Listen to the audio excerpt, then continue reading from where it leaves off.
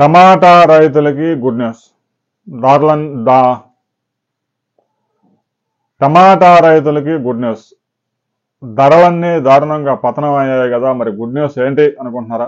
రాష్ట్ర ప్రభుత్వం టమాటాలు కొనుగోలు చేసేందుకు రంగంలో దిగింది. గత 10 రోజులుగా మనం దీని మీద అనేక వీడియోలు చేశాము. వ్యవసాయ శాఖ, మార్కెటింగ్ శాఖ, వ్యవసాయ శాఖ మంత్రి అచ్చెన్నాయుడు స్పందించాలి అని చెప్పేసి అనేక వీడియోలు చేసి ఎట్టకేలకు గురువారం రోజు అచ్చెన్నాయుడు ప్రత్యేక మీటింగ్ పెట్టి మార్కెటింగ్ శాఖ అధికారులు వెంటనే రంగంలో దిగండి అంటూ ఆదేశాలు జారీ చేసి నిధులు విడుదల చేశారు. దీంతో వెంటనే శుక్రవారం అని కూడా చూడకుండా ఇక మార్కెటింగ్ శాఖ అధికారులు కూడా కొబ్బరికాయ కొట్టారు. దాదాపుగా నిన్ననే 1000 టన్నుల టమాటా రాష్ట్రంలో వివిధ ప్రాంతాల్లో కొనుగోలు చేశారు. మదనపల్లి మార్కెట్లో, ములకల్ చెరువు మార్కెట్లో, అనకాపల్లి మార్కెట్లో, రాజమండ్రిలో, నాగాయలంకలో కొనుగోలు చేశారు. కొనుగోలు చేసి సమీపంలోని రైతు బజార్లకు పంపిస్తూ ఉన్నారు.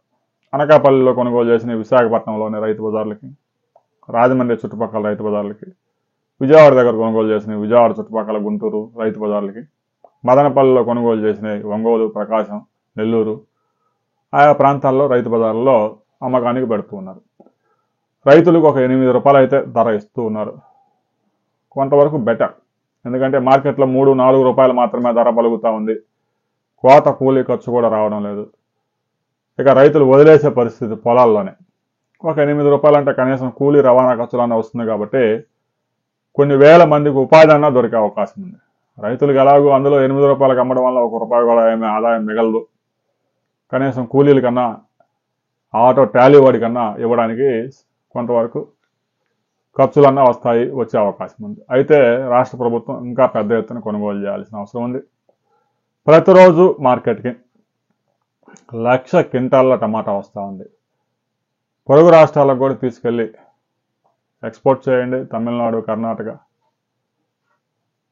ప్రభుత్వం కనుక పెద్ద ఎత్తున కొనుగోలు చేస్తే వ్యాపారస్తులు కూడా కొంత ధర పెంచే అవకాశం ఉంది.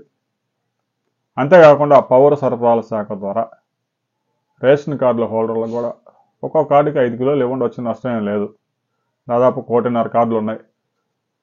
ఒక కార్డుకి 5 కిలోలు ఇచ్చినా కూడా దాదాపుగా 10 కోట్ల కేజీల టమాటా డిస్ట్రిబ్యూట్ చేయడానికి అవకాశం దొరుకుతుంది. ఈ విధంగా టమాటా రైతుల్ని ఆదుకోవడానికి మరిన్ని చర్యలు తీసుకోవాలని రైతుల తరపున డిమాండ్ చేస్తూ ఉన్నాం.